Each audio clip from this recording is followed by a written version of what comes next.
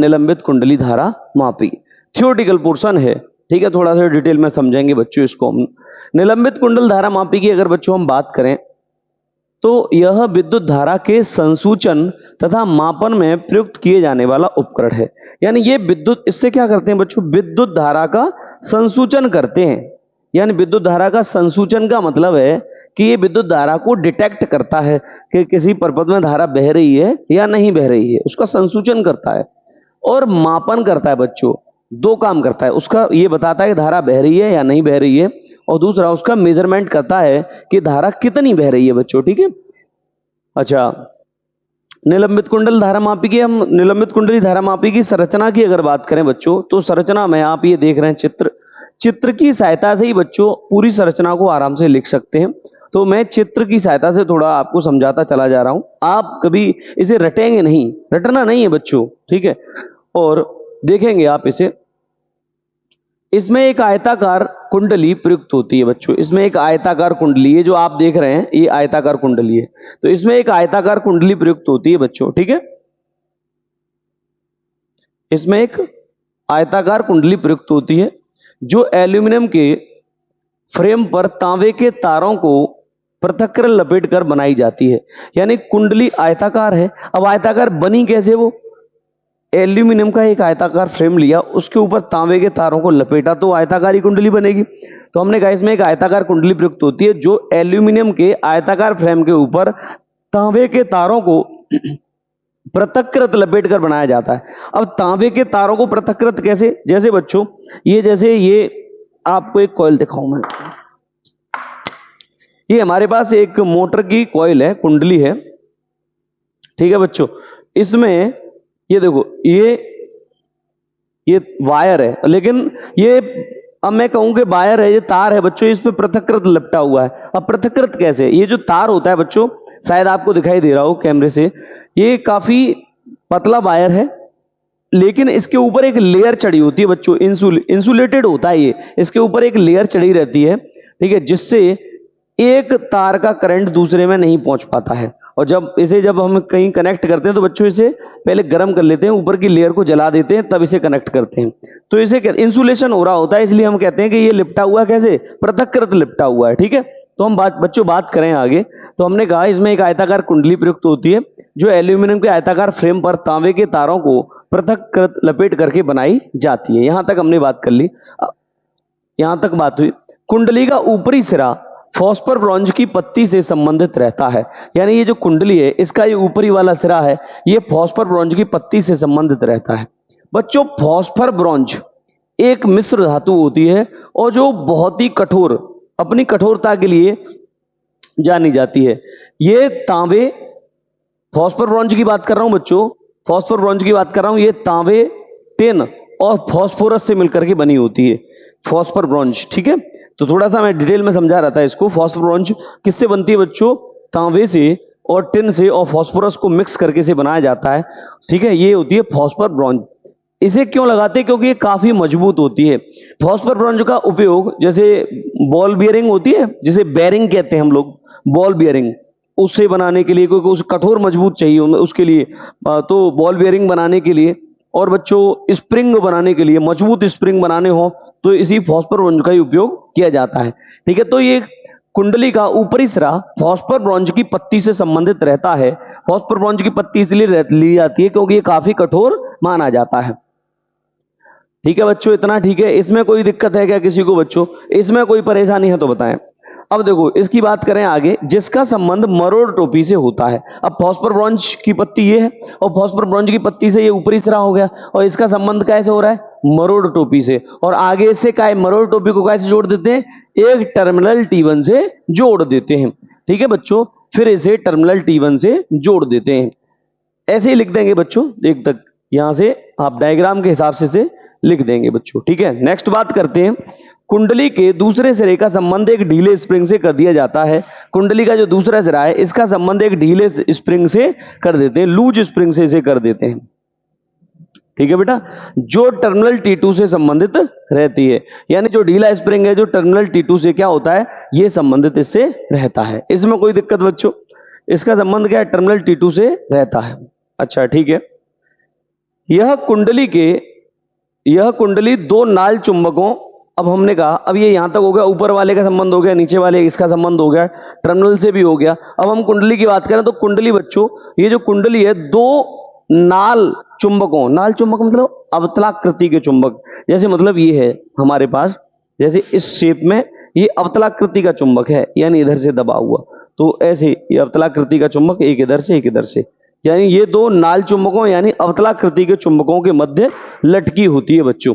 ठीक है, हमने कहा कि यह कुंडली दो नाल चुंबकों यानी अवतलाकृति के चुंबकों के मध्य बच्चों लटकी रहती है। ठीक है, कुंडली के भीतर एक नर्म लोहे की रॉड रख दी जाती है। अब ये कुंडली के भीतर एक नर्म लोहे की रॉड रख देते हैं। ये नर्म लोहे की रॉड यानी इस शेप का कोई बेलनाकार की कोई आकृति इस कुंडली के बीच में रख देते हैं। क्यों रख देते हैं? जिससे इस पर जो चुंबकीय क्षेत्र आरोपित होगा बच्चों, इस पर लगने वाला चुंबकीय क्षेत्र अधिक प्रबल हो जाए। ठीक है, तो नरम लोहे की रॉड रख देते हैं जिससे चुंबकीय क्षेत्र और अधिक प्रबल हो जाता है, क्योंकि भाई लोहे की है तो इसका चुंबकीय क्षेत्र इस पे भी लगेगा, तो पूरी कुंडली भी उस बल का अनुभव करेगी, क्योंकि रखा तो कुंडली के अंदर ही है ना।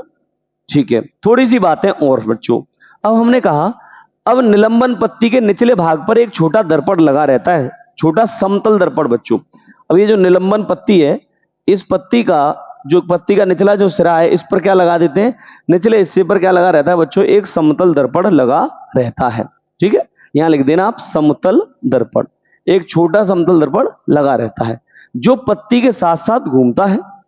ये जो दर्पण है इस पत्ती के साथ ही क्या करता है बच्चों? ऐसे घूमता है, पत्ती के साथ घूमता है। धारामापी में आए विक्षेप को लैंप स्केल की व्यवस्था के द्वारा पढ़ा जा सकता है। अब जो धारामापी बच्चों जो विक्षेप आ रहा है, विक्षेप का मतलब है कि उसे घूमना ऐसे। ठीक है, तो जो विक्षेप आ रहा है यानी धारामापी में जो विक्षेप आ रहा है उसे हम एक लैंप स्केल व्यवस्था होती है बच्चों, लैंप स्केल व्यवस्था द्वारा पढ़ सकते हैं। लैंप स्केल व्यवस्था क्या है, थोड़ा सा इसके बारे में जान लो। तो बच्चों एक लैंप इसमें लगा होता है, लैंप यानी बल्ब, और लैंप स्केल ये क्या चीज है? जैसे लैंप यानी जो बल्ब है उसका प्रकाश गिरता है दर्पण पर, और दर्पण ऐसे घूमता है। तो दर्पण जब बच्चों जब घूमता है तो गिरने वाला प्रकाश परावर्तित होकर के कहां पे? स्केल पर आकर के पहुंचता है। उसकी सहायता से हम सटीक धारा का मान यानी कि मिली एम्पियर में भी धारा का मान ज्ञात कर लेते हैं। वो लैंप द्वारा प्रकाश उस पर किस पे गिरेगा? दर्पण पर।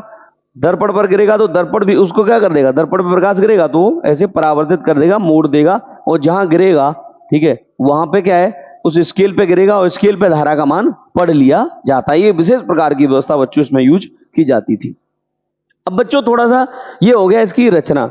अब बच्चों हम इसकी बात करें तो सिद्धांत एवं क्रिया की बात करते हैं, क्रिया विधि की। सिद्धांत और क्रिया विधि क्या है, इसका किस सिद्धांत पे काम करता है, क्रिया विधि क्या है, वर्किंग क्या है, इसे समझते हैं बच्चों। आइए देखते हैं। जब धारामापी की कुंडली में विद्युत धारा प्रवाहित की जाती है, जब भाई धारामापी में तो धारा प्रवाहित करेंगे तभी तो धारा नापेंगे, तो हमने कहा जब धारामापी की कुंडली में विद्युत धारा प्रवाहित की जाती है तो कुंडली पर लगने वाला विक्षेपक बल आघूर्ण बच्चों, जब किसी कुंडली में धारा प्रवाहित करेंगे और वो चुंबकीय क्षेत्र के अंदर है तो इसमें बल आघूर्ण काम करेगा, क्योंकि एक भुजाई। इससे पिछले वाला डेरिवेशन आप चेक करना, इसी चैप्टर का चैप्टर 8 का पहला डेरिवेशन इसी के लिए कराया गया था कि ये कुंडली पर एक बलयुग्म आघूर्ण कार्य करने लग जाता है, कुंडली घूमने लगती है। तो हमने कहा जब धारामापी की कुंडली में विद्युत धारा प्रवाहित की जाती है तो कुंडली पर लगने वाला विक्षेपक बल आघूर्ण बच्चों टाउ बराबर NIAB sin थीटा बच्चों होता है। इससे पिछला वीडियो चेक करें आप। ठीक है, ठीक है, बड़े ध्यान से पहला वीडियो जरूर देख लीजिए, इससे फर्स्ट पार्ट इसका जरूर देखें, तब ये समझ में आएगा आपको बच्चों। तो कुंडली पर जो बल आघूर्ण लगता है, क्योंकि कुंडली में N फेरे हैं तो NI धारा है, A इसका क्षेत्रफल है, B चुंबकीय क्षेत्र है, और थीटा जिस कोण पर वो घूम रही है। तो कुंडली पर विक्षेपक बल आघूर्ण टाउ बराबर NIAB sin थीटा। ठीक है, विक्षेपक बल आघूर्ण हो गया ये। अब बच्चों धारामापी में चुंबकीय क्षेत्र को बच्चों एक बात ध्यान से समझो। अब जो धारामापी है उसमें जो चुंबकीय क्षेत्र होता है ना, उसमें जो चुंबकीय क्षेत्र होता है उसको रॉड और चुंबकीय ध्रुवों NS की सहायता से, किसकी सहायता से? किसको? चुंबकीय क्षेत्र को किसकी सहायता से? रॉड और चुंबकीय ध्रुवों N और S की सहायता से बच्चों त्रिज्य बना करके रखा जाता है, यानी त्रिज्य चुंबकीय क्षेत्र बनाया जाता है। त्रिज्य चुंबकीय क्षेत्र का क्या मतलब भाई? यानी कि क्रॉड की सहायता से बच्चों, किसकी सहायता से? क्रॉड की सहायता से, ये जो क्रॉड है इसकी सहायता से, क्रॉड की सहायता से, और किसकी सहायता से बच्चों? ये जो चुंबकीय जो खंड है इसकी सहायता से, ठीक है, त्रिज्य चुंबकीय क्षेत्र बना करके रखा जाता है। त्रिज्य चुंबकीय क्षेत्र से मतलब है कि ऐसा चुंबकीय क्षेत्र जिस पर अधिकतम बलागुण काम करे, जिसमें, अब देखो कैसे बच्चों, ध्यान से देखिए, जैसे मान लो ये है ध्रुवखंड एक चुंबक का, अब यहां पर ये कुंडली है बच्चों एक, ये ठीक है, अब ये अवतला, जैसे मान लो अवतलाकृति का खंड है ये चुंबक का, और ये हमारी कुंडली है। अब ये जैसे ये घूमेगी बच्चों, तो इसके साथ इसके साथ, यानी कि इसका जो एरिया है इसके साथ एंगल, मतलब यहां से चुंबकीय क्षेत्र रेखाएं आ रही होंगी सीधी, तो इसके साथ 90 डिग्री एंगल बनाएगी। अब थोड़ा ये घूम जाएगी तो बच्चों ये वाला, ये ऊपर वाला एरिया है, यहां से चुंबकीय क्षेत्र रेखाएं ऐसे जा रही होंगी तो यहां पे आके गिरेगी, तो लंबवत रहेगा। थोड़ा सा समझने की और कोशिश करिए। जैसे मान लीजिए कि ये चुंबकीय ध्रुव है, अब कोई इस शेप में, ये मान लो ये क्या है, ये क्रॉड मान के चलो बच्चों। अब ये क्रॉड जब घूमेगी इस पे, तो बेटा यहां से चुंबकीय क्षेत्र इस पे लगेगा, इस वाले एरिया पे लंबवत गिरेगा। अब यहां से बात करें तो यहां से भी चुंबकीय क्षेत्र लंबवत आ रही होंगी, तो जब ये घूमेगा तो यहां पे भी चुंबकीय क्षेत्र लंबवत रहेगा, नीचे की तरफ आएगा तो यहां से भी चुंबकीय क्षेत्र रेखा इस पे गिरेगी तो लंबवत गिरेगी। तो कहने का मतलब ये है बच्चों कि ये जो हम इसकी बात कर रहे हैं त्रिज्य चुंबकीय क्षेत्र की, हमने कहा धारामापी में चुंबकीय क्षेत्र को क्रॉड और चुंबकीय ध्रुवों एन और एस की सहायता से त्रिज्य बनाया जाता है, यानी त्रिज्य चुंबकीय क्षेत्र बनाया जाता है, जिसके कारण कुंडली पर चुंबकीय क्षेत्र सदैव लंबवत रहता है। जैसा कि मैंने अभी आपको बताया कि हमेशा कैसा रहेगा, लंबवत रहेगा बच्चों, ये 90 डिग्री, क्योंकि यहां से ये जैसे ही घूमेगा तो क्रॉड पर हमेशा 90 डिग्री एंगल क्रिएट होगा, तो क्रॉड है इसीलिए रखी गई है यहां पर, तो अधिकतम इस पे चुंबकीय क्षेत्र काम करेगा, ठीक है। अच्छा, इस स्थिति में बच्चों बलागुण, इस स्थिति में बलागुण जो होगा बच्चों क्या होगा, चलो आइए देखते हैं थोड़ा सा डिटेल में, आप समझिए आगे। इस स्थिति में, इस स्थिति में बलागुण,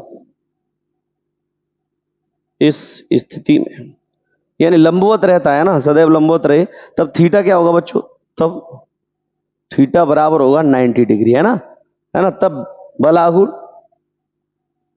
तब बलागुण या कहें विक्षेपक बलागुण, विक्षेपक बलागुण जो था ये टाउ, यहां चाहो तो टाउ विक्षेपक लिख दो, बराबर क्या होगा एन आई ए बी और साइन 90 बच्चों, और साइन 90 का मान होता है 1, आप सब जानते हो।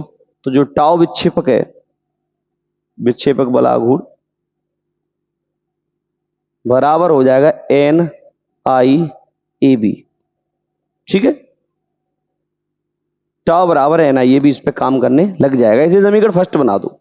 अब बच्चों ये विक्षेपक बलागुण इस पे लगेगा, यानी कुंडली ऐसे घूमेगी, तो बच्चों कुंडली जब ऐसे घूमेगी तो नीचे लगा है स्प्रिंग, ये अब स्प्रिंग में ऐंठन आएगी, तो इस स्थिति में स्प्रिंग पर एक ऐंठन बलागुण कार्य करने लग जाता है। तो यहां लिख देते हैं इस स्थिति में,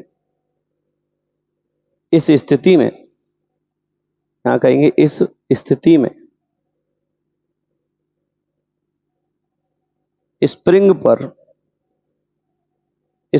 पर एक ऐंठन बलागुण जिसे प्रत्यानयन बलागुण कहते हैं, ऐंठन बलागुण, यानी मैं ब्रैकेट में लिख दे रहा हूं प्रत्यानयन बलागुण, स्प्रिंग पर एक ऐंठन बलागुण यानी प्रत्यानयन बलागुण कार्य करने लगता है, कार्य करने लगता है, जो कुंडली में आए, जो कुंडली में आए विक्षेप के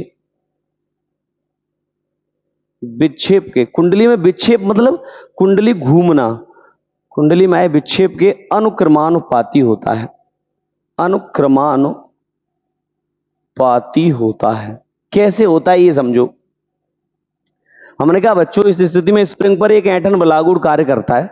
ऐंठन बलागुड़ टाउ की बात कर रहे हैं, तो क्योंकि ये कुंडली घूम रही है विक्षेपक बलागुड़ के कारण, तो स्प्रिंग पे ऐंठन आएगी, जिसके कारण स्प्रिंग इधर की तरफ इसे घुमाने की कोशिश करेगा, जिसे हम कहेंगे ऐंठन बलागुड़ या प्रत्यानयन बलागुड़। ठीक है। अच्छा, जो प्रत्यानयन बलागुड़ ज्यादा कब होगा? जब ज्यादा विक्षेप आएगा। और कम कब होगा? जब कम हो, क्योंकि कम विक्षेप आएगा तो ऐंठन कम होगी स्प्रिंग में, ज्यादा विक्षेप आएगा तो ऐंठन ज्यादा होगी। तो हमने कहा जो कुंडली में आए विक्षेप के अनुक्रमणपाती होता है, ठीक है, तब मैं कह सकता हूं तब बच्चों टाउ प्रत्यानयन, इसको प्रत्यानयन बोलेंगे ऐंठन बलागुड़ को, प्रत्यानयन प्रोपोर्शनल टू फाई। फाई क्या है? विक्षेप। अब प्रोपोर्शनल हटाते हैं तो बच्चों बराबर और कांस्टेंट आता है, तो यहां पे टाउ प्रत्यानयन बराबर सी फाई। सी एक नियतांक है जिसे स्प्रिंग का ऐंठन नियतांक कहते हैं। यहां सी क्या है बच्चों? सी एक नियतांक है, सी एक नियतांक है जिसे स्प्रिंग का, जिसे बच्चों क्या, स्प्रिंग का ऐंठन नियतांक कहते हैं। जैसे स्प्रिंग का क्या कहते हैं बच्चों? ऐंठन नियतांक, ऐंठन नियतांक कहते हैं। ठीक है बेटा। अब जैसे मान लो विक्षेप तो आ गया कुंडली में, जैसे सुई धारा भाई कुंडली में ऐसे विक्षेप आया, कुंडली घूम के ऐसे रुक गई यहां पे। क्यों? क्योंकि भाई ऐसे घूमेगी तो है नहीं, एक जगह रुक जाएगी ना भाई, विक्षेप तभी तो पड़ा जाएगा, ऐसे घूमता है तो ऐसे रुकेगी। अब रुक गई तो बच्चों ये विक्षेपक बलागुड़ और नीचे लगा स्प्रिंग में ऐंठन बलागुड़। अब रुकेगी तो जितना ऐंठन बलागुड़ होगा उतना ही विक्षेप होगा, विक्षेपक बलागुड़ होगा, तो ये दोनों बराबर होंगे तभी तो रुकी रहेगी। अब एक भी ज्यादा हो गया तो कुंडली रुकेगी नहीं। तो यानी जब कुंडली रुक गई है तो संतुलन की अवस्था होगी। तो संतुलन की अवस्था में जो विक्षेपक बलागुड़ होगा वो प्रत्यानयन बलागुड़ के बराबर होगा। तो यहां लिख देते हैं तब संतुलन की अवस्था में, तब संतुलन की अवस्था में, संतुलन की अवस्था में तो बच्चों हम कह सकते हैं टाउ विक्षेप बराबर, टाउ विक्षेपक बराबर टाउ प्रत्यानयन, प्रत्यानयन टाउ प्रत्यानयन। तो बेटा मैं इसको ऐसे कुछ इस तरीके से कर सकता हूं इसे आगे कि दोनों के मान रख दो, इसको समीकरण सेकंड बना दो, समीकरण फर्स्ट और सेकंड से मान रख दो, समीकरण फर्स्ट व सेकंड से मान रखने पर, और मान रख दो बच्चों इनके, तो टाउ विक्षेपक का क्या है? एन आई ए बी बराबर टाउ प्रत्यानयन का क्या है? सी फाई। ठीक है। अगर मैं आई निकालूं यहां से तो आई बराबर C phi upon N A B, इसका लग जाएगा भाग बच्चों। ठीक है। अच्छा देखो, अगर हम ये कहें बच्चों कुंडली के लिए, अगर मैं ये कहूं कुंडली के लिए बच्चों, ये स्प्रिंग का ऐंठन नियतांक यानी सॉरी हाँ स्प्रिंग का ऐंठन नियतांक है, एन कुंडली में फेरे हैं, ये तो बदलेंगे नहीं भाई, जितने फेरे उतने रहेंगे, धारा आ जाए तो क्या कम फेरे हो जाएंगे। सी ऐंठन नियतांक स्प्रिंग का वो वही रहेगा। ए एरिया है कुंडली का, जो जितनी बड़ी कुंडली उतनी बड़ी रहेगी, धारा बहने से छोटी बड़ी थोड़ी ना हो जाएगी। चुंबकीय क्षेत्र जो लगा हुआ है वो, तो ये चारों चीजें कांस्टेंट रहने वाली हैं बच्चों, है ना। तो ये स्प्रिंग नियतांक है, ये इतना, ये जो है ये कहें उपकरण का नियतांक हो जाएगा ये वाला सी अपॉन एन ए बी।